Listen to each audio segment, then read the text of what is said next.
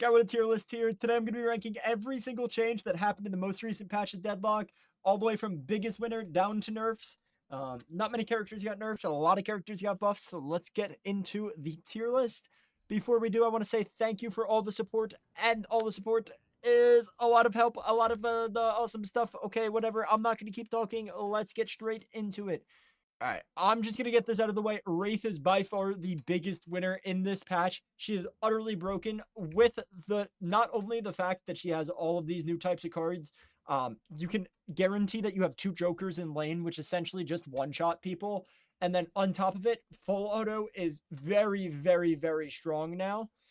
Just a very good character. Oh, and telekinesis throws people further than Lash ult. Her ult throws people further than Lash ult. Abrams overall, it's like it's not a big change, so I'm putting it into the no change category. Like it's definitely a change. I don't think it's a nerf. Like the no change category is obviously for characters like Sinclair that just didn't get changed and Holiday that didn't get changed, but also for characters that it's like, okay, like you just changed the playstyle a tiny teeny weeny little bit. And I think this Abrams change overall isn't that large of a change. And talking about not too large of a change, Apollo's going right next to him, and Bebop are going right next to them as well. Like it's just a little bit change in stats, and then Bebop can now cancel hook. Billy, I think this is a buff, right? I think it's a buff. It's definitely a buff, but like it's not too different of a play style or anything. It's not like you're doing completely different things. Now definitely a big change. Calico can now hit her gloom bombs consistently. Ava got buffed, and leaping slash gives money now. Just definitely a big change, a big buff to the Calico. And big change doesn't also necessarily mean that the character is buffed. Like there are going to be characters that probably are going to be a little bit worse, but like maybe the Shiv, maybe he's worse than he was before, but it's a big change, you know. Onto our first nerf character, we have the Celeste. Just everything about this was a nerf, right? There's nothing else to talk about. She's just nerf, nerf, nerf, nerf, right? Okay. On to the next one. Doorman got very, very big changes, and these are probably buffs, right? So let's talk about why I think that these are buffs. I mean, what do you mean? Like, do I even have to explain it? The ult now having like -1 stamina, 25-second cooldown. That's really good. Stunning them on failure. And then now it's 13 seconds if they failed to check out. And you just have unstoppable while they're in the hotel. Very, very strong. And then Door just got an overall buff, right? Door got a very much overall buff. With it now scaling with spirit power and duration getting increased and duration getting increased. Just a very large change to the Doorman, very large change to his playstyle. That's about it. Drifter got nerfed in some spots, right? But buffed in others. So I don't know exactly where to put him. I'm going to put him in buff for now. So Rend got reworked so that the spirit damage no longer procs as the bonus damage. The base damage is the spirit damage, and the melee damage is the bonus damage on his little slice thing that he does on his one. So that is it's interesting. But they just kind of turned him more into like this supportier type character. But the reason that I think that he might have been buffed is Blood Scent grants drifters the same amount of permanent weapon damage when an isolated hero dies nearby, whether Drifter gets the assist or kill. So no matter what, he is getting 3% bonus isolated damage if he gets the kill or assist, which I think is an overall buff. I don't know. Let me know how you guys feel about the Drifter change down in the comments below. And then Dynamo is another definite buff. Like this is one that I don't need to think about. Having the extra charge into Stomp in lane is really strong. Cleanse on Quantum Entangle is really strong. Heal overall is just an overall buff. Being able to jump and heal, guys, you can jump during heal. It's huge. It's huge. Singularity, damage scaling increased, damage base increased. Just very, very large update to the Dynamo guy. And if you notice, all of the new characters, all the 6 new characters are probably going to get put close to this tier. Like, they're sure that they're overall buffs to the character, but it's nothing compared to what these characters got done to them. Like, look at how many changes there are for Haze and Infernus in comparison to Graves, right? Like, definitely big changes. Haze I feel like is in the no change character territory. And speaking about no changes, Grey Talon also got no changes. I was confused. I was like, why is Grey Talon before Haze? But yeah, no changes on Grey Talon. And honestly, Haze feels very similar. I've played her. The only thing that like feels better is the ult, but even the ult just feels like old Haze ult. So it's whatever. Changes are fine. Probably going to be a little bit of a buff to her, like Romy playstyle, but I'm not going to put her into the definite buff category. Though Holiday going straight into the no change territory because, as I said, she just hasn't been changed, right? Hold on, I have to change around my tabs real quick. I hope you enjoy my default Windows 11 background while we talk about Infernus. This is definitely a buff, and it's arguably a big change. Okay, the big change part, melee procking burn. Dude, it should have been in the game from the start. He shoots fire from his fingers. Like, why not? Why not? +1 charge on flame dash. We might have prime dash Infernus back in the video game, which would be freaking awesome, right? Tier 3 no longer reduces cooldown, but that's because you get reduced cooldown on tier 1 now. A little bit less damage in tier 2, so dash got a really big overhaul. And tier 3 burn to +3 max burn duration is insane, right? And minus 35% spear damage. Dude, just so much overall buffs for the Infernus character. And his ult, like, they just moved around some of the power. I think Ivy okay, Ivy's definitely in the big change category. Katsu renamed to Entangling Thorns, right? You know why they changed it to Entangling Thorns? To entangles enemies that remain in it for 2 seconds, last 1.6 seconds. Do you know why? What this means? This means immobilization. You get stuck in an Ivy Katsu with Vortex Web or whatever, you get immobilized. It's very strong. You build like Mystic Slow and whatever, and the character does things. Watcher's Covenant to Katsu's Connection, another renaming sequence, but ability is now always active. So Ivy has 100% uptime on healing tempo. Very strong. And Airdrop got reworked a little bit, so it no longer provides barrier and slow on default and no longer knocks up at all, but they re-put some of the power into the tier 3. It's a little bit weird. It's a little bit weird. If you guys want to read more about it, I should link the patch notes down in the description below. I think Kelvin got buffed a little bit. The dome rework is a little weird. I had a Kelvin in one of my games the other day. I'm not going to mention names, but he could not, for the life of him, cast the dome. I don't know why. It's not that hard to cast it. You just need to be targeting an opponent or an ally, and it will split the difference between you guys. I was getting nuked by frost grenades in a different game earlier. Just, I don't know. I think it's an overall decent buff for the Kelvin character. Geist bomb build is actually back. I was getting absolutely demolished by a Geist build earlier. We ended up winning the game, so I'm pretty happy about that. But just a lot of damage into the bomb now. It's very big on the bomb build. Probably not going to be forced to play Gun Geist anymore. Literally her only viable build for like almost the last year.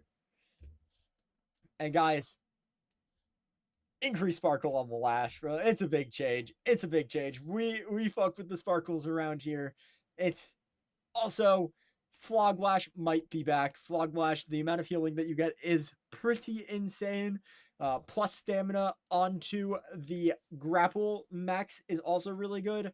And Death Slam, they might have touched Death Slam a little bit, but the ultimate might have been a little too strong. McGinnis is broken right now. Just so many changes here that I cannot talk about all of them. So please go into the comment section down below and read the patch notes if you want to know what McGinnis does more than what I'm going to talk about. Turret build is back. Turret build is actually viable. You can have like 7, 8 turrets out at one time without using refresher or echo shard or anything like that. Heavy Barrage does so much damage. Spirit McGinnis is just overall pretty good right now. And then even like the old healing tempo is also really good. Increased stamina recovery in Medicinal Spectre, plus spirit resistance on tier 1. So healing McGinnis is just really, really good. Duration and radius no longer scale with spirit power, but regen does. So heal McGinnis is back. So they buffed turret and heal McGinnis while not really nerfing gun McGinnis. So I think she's back. I think she's back. Mina's going into the big change tier because I don't know if it's a buff or not. They took a lot of the power out of Love Bites, but they gave her a third bats and made the cooldown on tier 2 instead of tier 3, which, even though, you know, it's still a 2-second cooldown nerf on the bats, only being able to, having to put 2 points into the bats instead of 5, or 3 points into the bats instead of 8, rather, is, I think it's worth a 2-second cooldown nerf. Other than that, Love Bites no longer gives minus stamina, but has minus 4-second cooldown and then grants bonus fire rate, which is pretty interesting.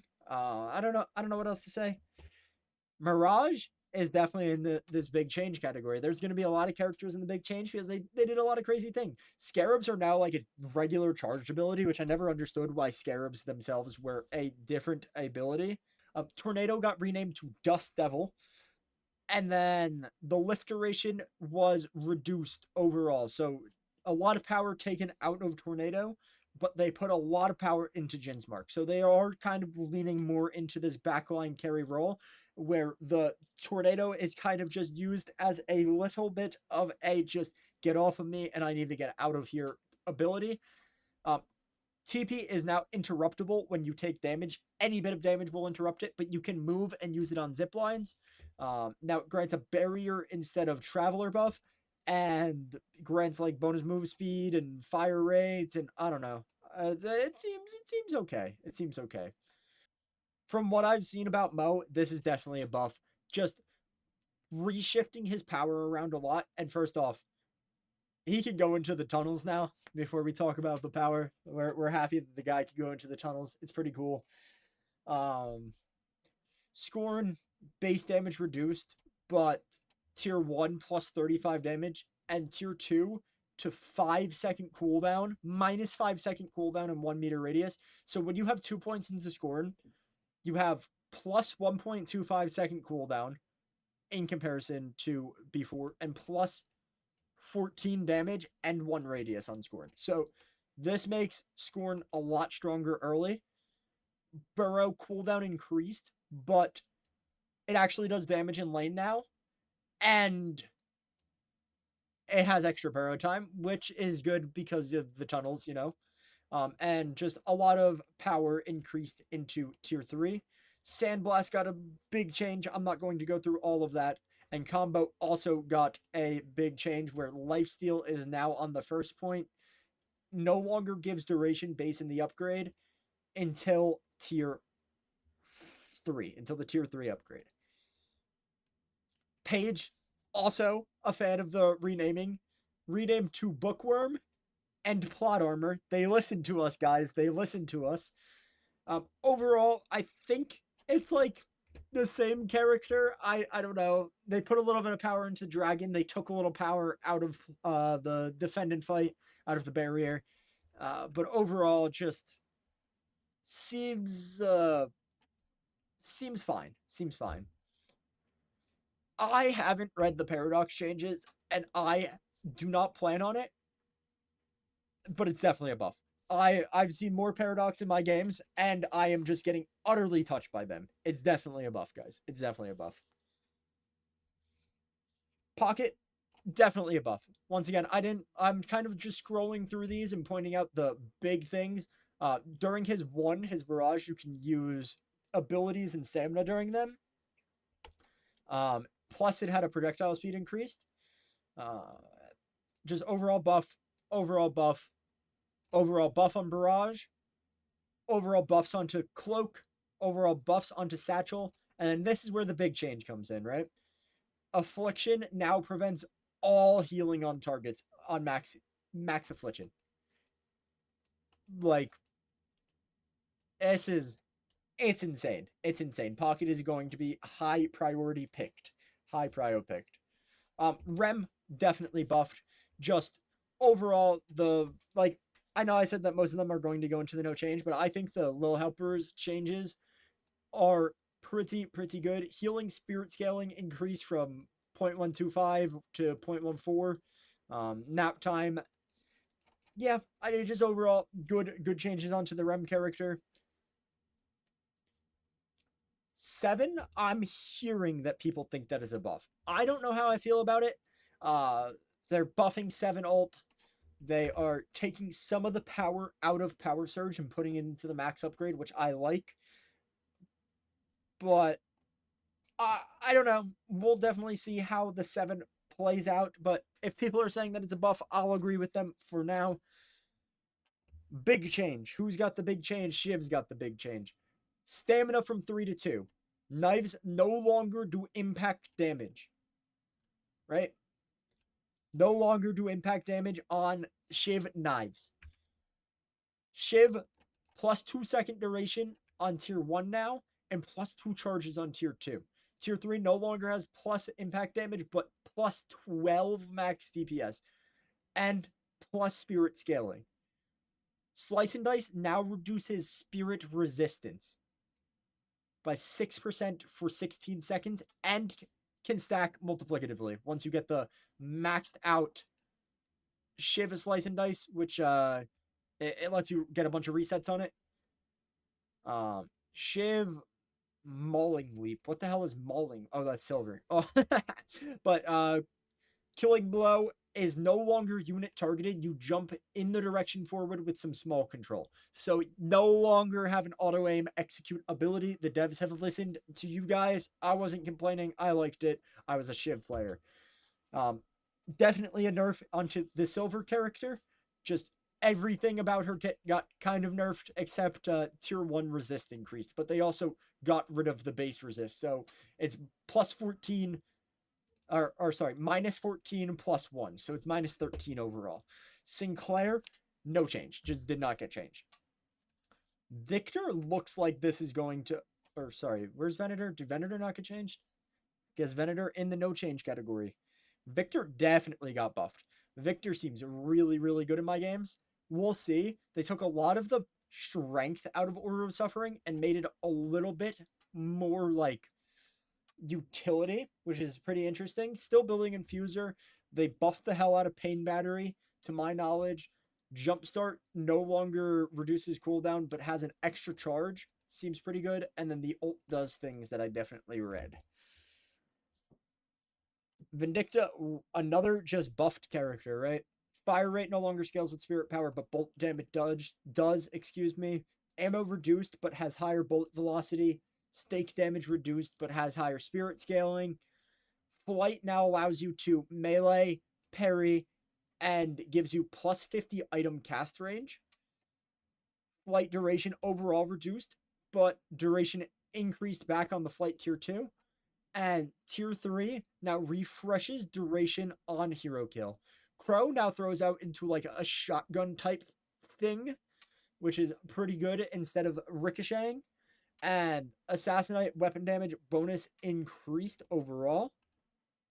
And it has a 4-second buffer on impact damage for the credit. The same that combo and frickin' all the other things do. Everything that gives you a bonus on it does. Viscous, just an overall buff, right? So the melee items, I don't know if you guys know this, but melee items now work with Puddle Punch. I am searching on the wrong thing. Excuse me, I apologize. Like this was a bug, so close quarters and point blank not using conditional things, as well as melee charge now procs onto whatchamacallit, where's Crushing Fists? Says it here. Crushing Fist heavy bonus now works with heavy melee abilities. So that is a huge overall buff for the goo guy, as well as just a lot of good changes onto him. Goo Ball can no longer carry Urn, which is unlucky, but you can use abilities and items rather than being locked behind tier 3, which is really good. Goo Ball just overall got pretty big buff, plus duration, plus stun. Yeah. Warden, I'm arguably going to put into the big change. A lot of his power got changed, which I really like. His last stand, his ult, seems to have a really, really good buff. I like it at least. Binding Ward now gives, on max upgrade, it gives minus 18-second cooldown and silences enemy until they escaped. Right? Just really, really good stuff. Willpower max now gives plus 40 debuff resist and improves scaling. Down from 3.7 to 2.5. And I mean, Flask is Flask. Now we already talked about Wraith. Let's get into Viper. Oh, guys, look, they didn't change Viper. And now, last but not least, we have Yamato, which definitely did get changed. You can no longer mantle slash. Yeah, I'm going to be honest. I'm not reading all of the Yamato changes. If you guys want to, they will be down in the comments below. As I said, down in the description or whatever. But dudes, listen, guys, that's my tier list. Thank you guys for watching. I am Guy with a Mustache, and I am out of here. Peace.